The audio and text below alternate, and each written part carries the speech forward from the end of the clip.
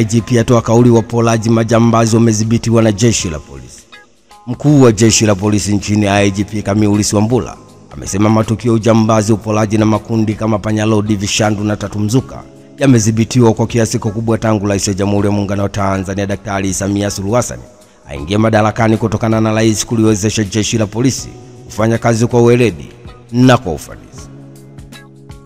IGP Camillus Wambura amesema jijini Dar es Salaam mbele ya Rais wa Jamhuri ya Muungano wa Tanzania Daktari Samia Suluhu Hassan wakati wa kufunga kozi kwa maafisa wakaguzi wa polisi 954, ambapo amesema uhalifu umedhibitiwa kutokana na jeshi la polisi kupewa magari na pikipiki za kutosha, pamoja na kupeleka askari kwenye mafunzo nchini Marekani, India, Urusi, China na Uturuki na nchi nyingine, na pia kuongezekana kwa maslahi ya polisi na polisi kupandishwa vyeo.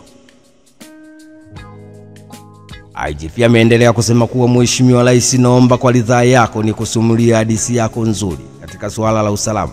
Mheshimiwa Rais, ulipoingia madarakani mwaka 2021 kulikuwa na matukio mengi sana ya kihalifu. Suala la usalama alikuwa zuri sana kama tunavyoliona ile. Mheshimiwa Rais, itakumbuka mwaka 1994 mabasi yalizuiwa kutembea usiku. Wapolaji walikuwa ni wengi sana. Oktoba 1 mwaka 2023 chini ya uongozi wako Mheshimiwa Rais, ulitolea ruhusa magari haya kutembea usiku. Mpaka leo hii magari yanaendelea kutembea usiku na hatujaona tukio lolote la unyang'anyi wa watu. Matukio haya yalikamata maeneo makubwa kama vile Kagera na Kigoma, na ikafika mahali ndani ya mabasi yao yaliwekwa askari wanasindikiza wanapoporwa watu ili waweze kuwasaidia. Mheshimiwa Bashungwa anatingisha kichwa kwa sababu huenda naye ameshawahi kuporwa akiwa kwenye mabasi hayo maeneo ya Arusha, Singida, Sekenke. Usingeweza kupitwa bila kuporwa, lakini tangu serikali yako imeruhusu hakuna tukio la upolaji limetokea. Ni taarifa kutoka jijini Dar es Salaam. Hatimaye mkuu wa jeshi la polisi nchini IGP Camillus Wambura amesema matukio ujambazi, upolaji na makundi kama vile panyalodi, vishandu na tatumzuka hii yamedhibitiwa kwa kiasi kikubwa tangu Rais wa Jamhuri ya Muungano wa Tanzania Daktari Samia Suluhu Hassan aingie madarakani, kutokana na rais kuliwezesha jeshi la polisi kufanya kazi yake kwa weledi na kwa ufanisi. Masaji wateuliwa kuwa jaji mkuu. Rais wa Jamhuri ya Muungano wa Tanzania Daktari Samia Suluhu Hassan amemteua jaji wa mahakama ya rufani George Mcheche Masaju kuwa jaji mkuu wa mahakama ya Tanzania, akichukua nafasi ya Profesa Ibrahim Hamisi Juma ambaye amestaafu. Uapisho wa jaji mkuu utafanyika Juni 15 mwaka 2025 Ikulu Chamwino, Dodoma, kuanzia saa 4 asubuhi. Itakumbukwa Aprili 20 mwaka 2023 Rais wa Jamhuri ya Muungano wa Tanzania Daktari Samia Suluhu Hassan alimteua jaji George Masaju kuwa mshauri wa rais masuala ya sheria, advisor to the president legal affair. Wakati huo jaji Masaju alikuwa ni jaji wa mahakama kuu kanda ya Dodoma. Baadaye Januari 10 mwaka 2025 Rais wa Jamhuri ya Muungano wa Tanzania Daktari Samia Suluhu Hassan akafanya uteuzi wa majaji wa mahakama ya rufani wanne, akiwemo jaji George Mcheche Masaju ambaye kabla uteuzi huo alikuwa jaji wa mahakama kuu na mshauri wa rais kisheria. Ni taarifa kutoka jijini Dodoma. Hatimaye Rais wa Jamhuri ya Muungano wa Tanzania Daktari Samia Suluhu Hassan amemteua jaji wa mahakama ya rufani George Mcheche Masaju wa jaji mkuu wa mahakama ya Tanzania, akichukua nafasi ya Profesa Ibrahim Hamisi Juma ambaye amestaafu. Deni la serikali lafikia trilioni 107.7.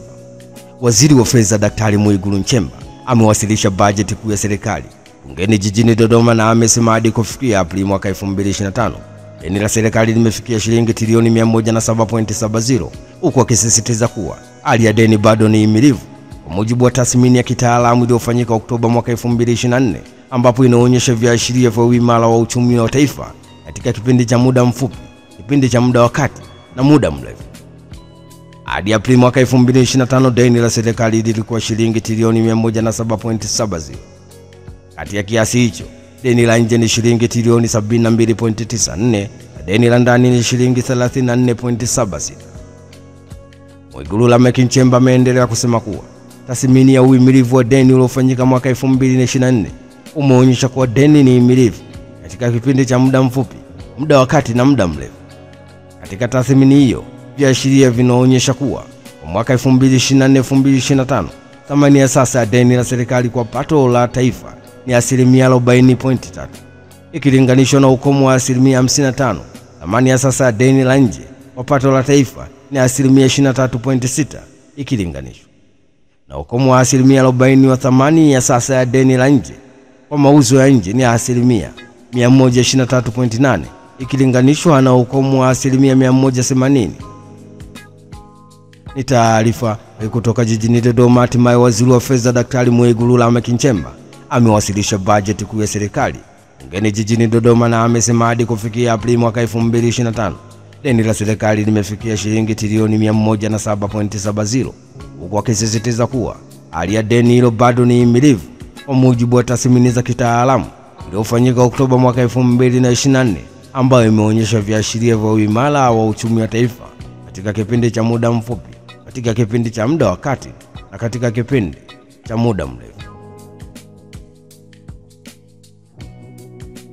Chadema zuia kufanya shughuli za siasa hadi Juni 24.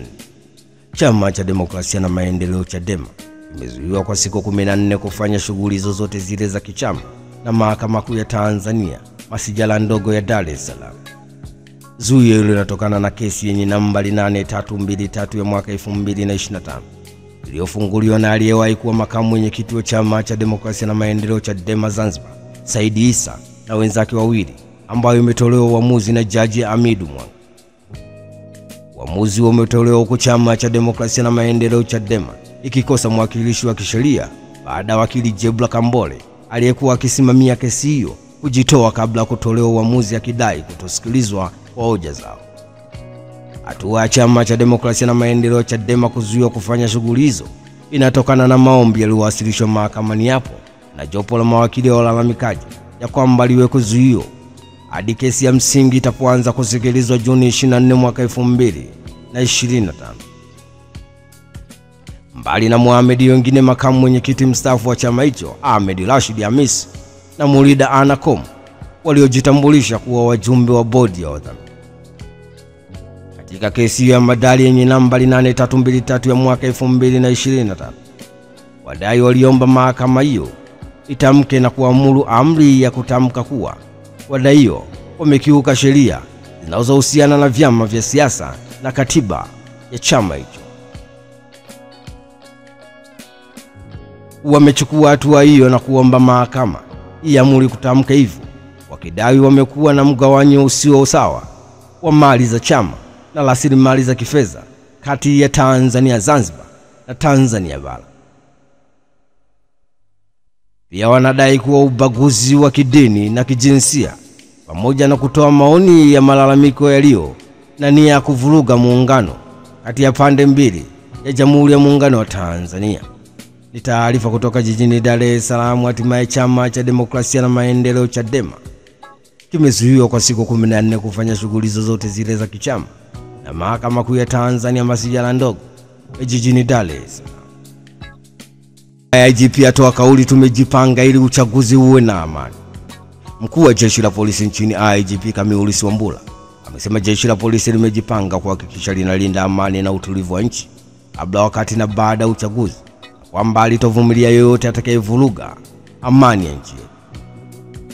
IGP Camillus Wambura amesema hayo jijini Dar es Salaam wakati akishiriki sherehe za kufunga kozi ya maafisa wakaguzi wa jeshi la polisi. IGP ameendelea kusema kuwa sote tunatambua kuwa mwaka 2025 nchi yetu inatarajia kufanya uchaguzi mkuu.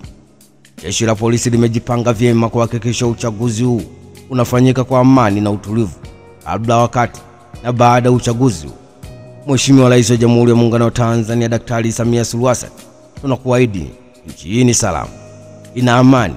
Jeshi hili alipo tayari kuvumilia yeyote atakayeleta uvunjifu wa amani kwa sababu yoyote ile. Tuna wivu mkubwa na amani yetu na tutalinda amani na utulivu wa nchi hii ya Tanzania kipindi chote kabla, wakati na baada ya uchaguzi. Taarifa kutoka jijini Dar es Salaam. Hatimaye mkuu wa jeshi la polisi nchini IGP Camillus Wambura amesema jeshi la polisi limejipanga kuhakikisha linalinda amani na utulivu wa nchi hii kabla, wakati na baada ya uchaguzi, na kwamba alitavumilia yoyote atakayevuruga amani ya nchi.